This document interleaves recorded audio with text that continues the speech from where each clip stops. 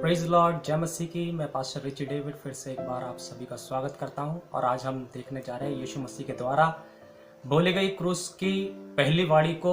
और पहली वाणी को मैं आपके सामने पढ़ने जा रहा हूं जो कि लिखी है लूका की किताब 23 अध्याय के अंदर, और उसकी हम 34वीं आयत पढ़ेंगे तो लिखा है ऐसे। तब यीशु ने कहा, हे पिता, इन्हें क्षमा कर, क्योंकि ये नहीं जानते कि क्या कर रहे हैं। और उन्होंने चिट्ठियां डालकर उसके कपड़े बांट लिए। बाइबल इस प्रकार से कहती है, यीशु मसीह ने जब क्रूस पर वो लटकाए गए तो उन्होंने पहला शब्द जो बोला तो वो ऐसे बोला कि हे पिता, इन्हें क्षमा कर, क्योंकि ये नहीं जानते ये क्या कर रहे हैं। लेकिन मेरा इसके अंदर एक सवाल है कि बाइबल इस प्रकार से कहती है कि यीशु मसीह इस संसार के अंदर मनुष्य के पापों को क्षमा करने के लिए आए, और यीशु मसीह ने इसलिए क्रूसिफिकेशन सहा, इसलिए यीशु मसीह ने मृत्यु सही, इसलिए यीशु मसीह ने इतनी ताड़नाएं सही ताकि मैं और आप अपने पापों से, अपने अपराधों से बचाए जा सके और उनकी क्षमा हमें प्राप्त हो सके। क्योंकि इफिसियों की किताब इस प्रकार से कहती है, अगर हम इफिसियों की किताब को पढ़ते हैं, उसका 1 अध्याय उसकी 7वीं आयत को हम पढ़ते हो तो लिखा है, हमको उसमें उसके लहू के द्वारा छुटकारा अर्थात पापों की क्षमा उसके उस अनुग्रह के धन के अनुसार मिला है। बाइबल इस प्रकार से कहती है, यीशु मसीह के लहू बहाने के द्वारा हमें पापों की क्षमा प्राप्त हुई है। यीशु मसीह ने इसलिए क्रूस के दुख सहा ताकि हमें पापों की क्षमा प्राप्त हो। और बाइबल कुलूसियों की किताब में भी इस प्रकार से कहती है, अगर आप कुलूसियों की किताब को पढ़ते हैं और उसके 2 अध्याय उसकी 13वीं आयत को अगर आप पढ़ते तो उसमें लिखा है, उसने तुम्हें भी जो अपने अपराधों और अपने शरीर के खतना रहित दशा में मुर्दा थे उसके साथ जिलाया और हमारे सब अपराधों को क्षमा किया। 14वीं आयत में पढ़ रहा हूं, और विधियों का वह लेख जो हमारे नाम पर और हमारे विरोध में था मिटा डाला और उसे क्रूस पर कीलों से जड़कर सामने से हटा दिया। यीशु मसीह ने जितनी भी ताड़नाएं सही, जितनी भी दुख सहे, जितनी भी परेशानियां सही, वो संपूर्ण संसार के लिए सहा, संपूर्ण लोगों के लिए सहा, ताकि मैं और आप उसके बलिदान के द्वारा बचाए जा सकें, उसके बलिदान के द्वारा पाप की क्षमा प्राप्त कर सके। तो फिर यीशु मसीह ने, जब यीशु मसीह क्षमा कर ही रहे थे, सब ताड़ना सही रहे थे और हम सबके पापों के लिए मर ही रहे थे, तो यीशु मसीह ने क्रूस पर से ये पहली वाणी को क्यों बोला? इसके अंदर एक बहुत बड़ा वेद है। अगर इस भेद को आप जानना चाहते हैं तो मैसेज के अंत तक बने रहिए, और यदि ये भेद आपको अच्छा लगता है तो हमारे चैनल को लाइक करें, सब्सक्राइब करें और इसको शेयर करना ना भूलें। और आगे इस प्रकार से लिखा, यदि हम इसी लूका की किताब जब ये वाणी बोली गई तो हम इसको पूरा पढ़ेंगे, क्योंकि किसी भी चीज को अधूरा पढ़ना अच्छी बात नहीं है। मैं इसको पूरा पढ़ने जा रहा हूँ। लूका की किताब उसका 23 अध्याय उसकी 34 आयत के बाद में मैं पढ़ रहा हूँ 35वीं आयत। अगर उससे 34वीं आयत को हम पढ़ेंगे, और उन्होंने चिट्ठी डालकर उसके कपड़े बांट लिए। 35वीं आयत, लोग खड़े खड़े देख रहे थे और सरदार भी ठट्ठा करके कहते थे, इसने दूसरों को बचाया। यदि यह परमेश्वर का मसीह है और उसका चुना हुआ है तो अपने आप को बचा ले। सिपाही भी पास आकर सिरका देकर उसका ठट्ठा करके कहते थे, यदि तू यहूदियों का राजा है तो अपने आप को बचा।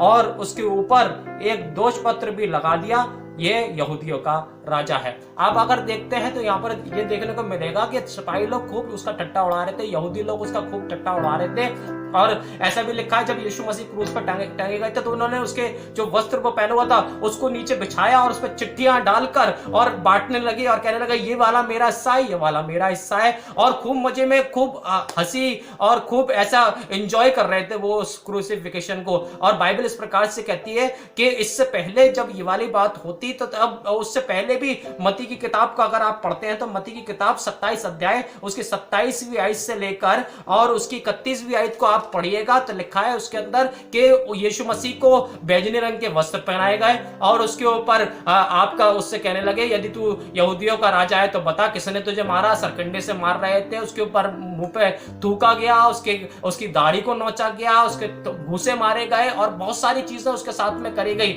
मैं आपको एक बात बताना चाह रहा हूं, जब ये सारी बातों को वो कर रहे थे तो वो जैसे आम कैदियों के साथ में किया जाता है वैसे ही यीशु मसीह के साथ में सलूक कर रहे थे। और देखने में मिलता है कि वो उससे और ज्यादा सुलूक उसके संग में इसलिए किया जा रहा था क्योंकि यीशु मसीह ने अपने आप को परमेश्वर का पुत्र बताया, क्योंकि यीशु मसीह ने कहा जो राजा आने वाला है, जो उद्धारकर्ता आने वाला है, मसीह वो मैं ही हूं। यीशु मसीह ने इनडायरेक्टली सारी बातों को उनको बताया, इसलिए वो और ज्यादा उसका ठट्टा उड़ा रहे थे, और ज्यादा उसका मजाक उड़ा रहे थे। और उस समय में उनको कुछ भी इस बात का इल्म नहीं था कि यही असली में मसीह है। और जब ये वाली बात घटित हो रही थी तो बाइबल इस प्रकार से कहती है, यीशु मसीह ने क्रूस पर चढ़कर उनसे कहा, उनके लिए कहा कि हे पिता इन्हें क्षमा कर। किन्हें? ये जो मेरा ठट्टा उड़ा रहे हैं, ये जो मेरे वस्त्रों पर चिट्ठी डाल रहे हैं, जो ये कह रहे हैं कि तू यहूदियों का राजा है तो अपने आप को बचा ले, तूने कितने लोगों को बचाया, अपने आप को भी बचा ले। मैं आपको एक बात बताना चाहता हूं, उन्हें उस बात का इल्म नहीं था कि उन्होंने किसको क्रूस पर चढ़ाया है, कौन मसीह है। हालेलुया। और यीशु मसीह कहते इन्हें क्षमा कर, क्योंकि क्षमा तो सबके लिए थी उस समय के अंदर जब यीशु मसीह क्रूस पर चढ़ा गए, लेकिन पर्टिकुलर जिन्होंने चलाया था उनके लिए यीशु मसीह क्षमा को मांग रहा था परमेश्वर से, परमेश्वर इन्हें क्षमा कर और इसका दोष इन पर मत लगाना, इनके घर खानदान पर मत लगाना। और मैं आपको बताना चाहता हूं, क्षमा, जब हम इस वचन को सुनते, बहुत सारे लोग कहते हैं यीशु मसीह ने हमें क्षमा करना सिखाया। हाँ, यीशु मसीह ने हमें क्षमा करना सिखाया। बहुत लोग कहते हैं यीशु मसीह क्रूस पे चढ़ा हुआ था तब भी लोगों को क्षमा कर रहा था। हाँ, यीशु मसीह क्षमा कर रहा था, लेकिन मैं आपको बताना चाह रहा हूं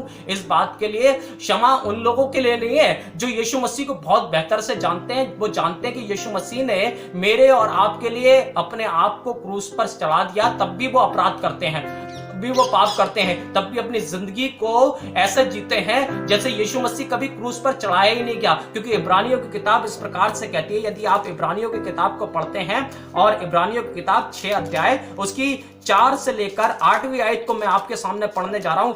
बहुत सामर्थ्य बात इस स्थान पर लिखी हुई है, क्योंकि जिन्होंने एक बार ज्योति पाई है और जो स्वर्गीय वरदान का स्वाद चख चुके हैं और पवित्र आत्मा के भागी हो गए हैं और परमेश्वर के उत्तम वचन का और आने वाले युग की सामर्थ का स्वाद चख चुके हैं, यदि वे भटक जाएं तो उन्हें मन फिराव के लिए फिर नया बनना अनहोना है, क्योंकि वे परमेश्वर के पुत्र को अपने लिए फिर क्रूस पर चढ़ाते हैं और प्रकट में उस पर कलंक लगाते हैं। इसका अर्थ क्या है? इसका अर्थ ये है, वो लोग जो यीशु मसीह का स्वाद चख चुके हैं, वो लोग जो यीशु मसीह को जान चुके हैं, वो लोग जो यीशु मसीह को पहचान चुके हैं कि यीशु मसीह ने मेरे और आपके अपराधों के लिए अपने आप को क्रूस पर बलिदान किया, जो बहुत अच्छे से जानते हैं कि यीशु मसीह का आना संसार के अंदर एक मकसद के साथ में था। यीशु मसीह ही परमेश्वर है, लेकिन फिर भी पापों को करते हैं, फिर भी अपराधों को करते हैं, फिर भी अपनी जिंदगी को पापियों से भी बदतर जीते हैं। तो बाइबल इस प्रकार से कहती है, जिन्होंने एक बार स्वाद चख लिया है और वो यदि लौट जाएं तो उनके लिए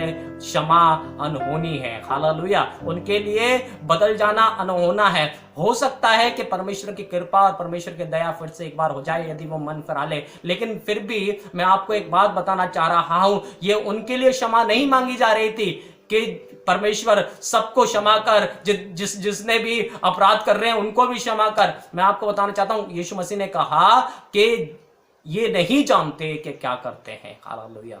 वो लोग नहीं जानते थे, इसलिए उनके लिए क्षमा है। आप जानबूझकर सारी बातों को करते हैं, पापों को इसलिए करते हैं, फिर भी आपको मालूम है कि यीशु मसीह ने मेरे लिए और आपके लिए प्राणों को दिया है, फिर भी आप वही अपराध, वही पाप, वही गलतियां बार बार दोहराते हैं, फिर आपके लिए क्षमा नामुमकिन हो सकती है। मेरे प्रिय लोगों, प्रभु के प्रिय जनों, यदि आपने यीशु मसीह को जान लिया है तो अपने आप को पूरी रीति से बदल दीजिए और यीशु मसीह की क्षमा में आ जाइए और यीशु मसीह के वचनों पर ध्यान दीजिए और उसकी आज्ञाओं को फॉलो कीजिए और यीशु मसीह के लहू से धुलकर अपने आप को पवित्र करिए, शुद्ध करिए, क्योंकि दूल्हा आने वाला है। परमेश्वर आप सभी को बहुतायत से आशीष दे। इस वचन के मार्फत यदि आपको आशीष मिला है, बरकत मिला है, तो इस चैनल को लाइक करें, सब्सक्राइब करें और बेल आइकन दबाना ना भूलें। God bless you, praise the Lord. परमेश्वर आप सभी को आशीष दे। जय मसीह।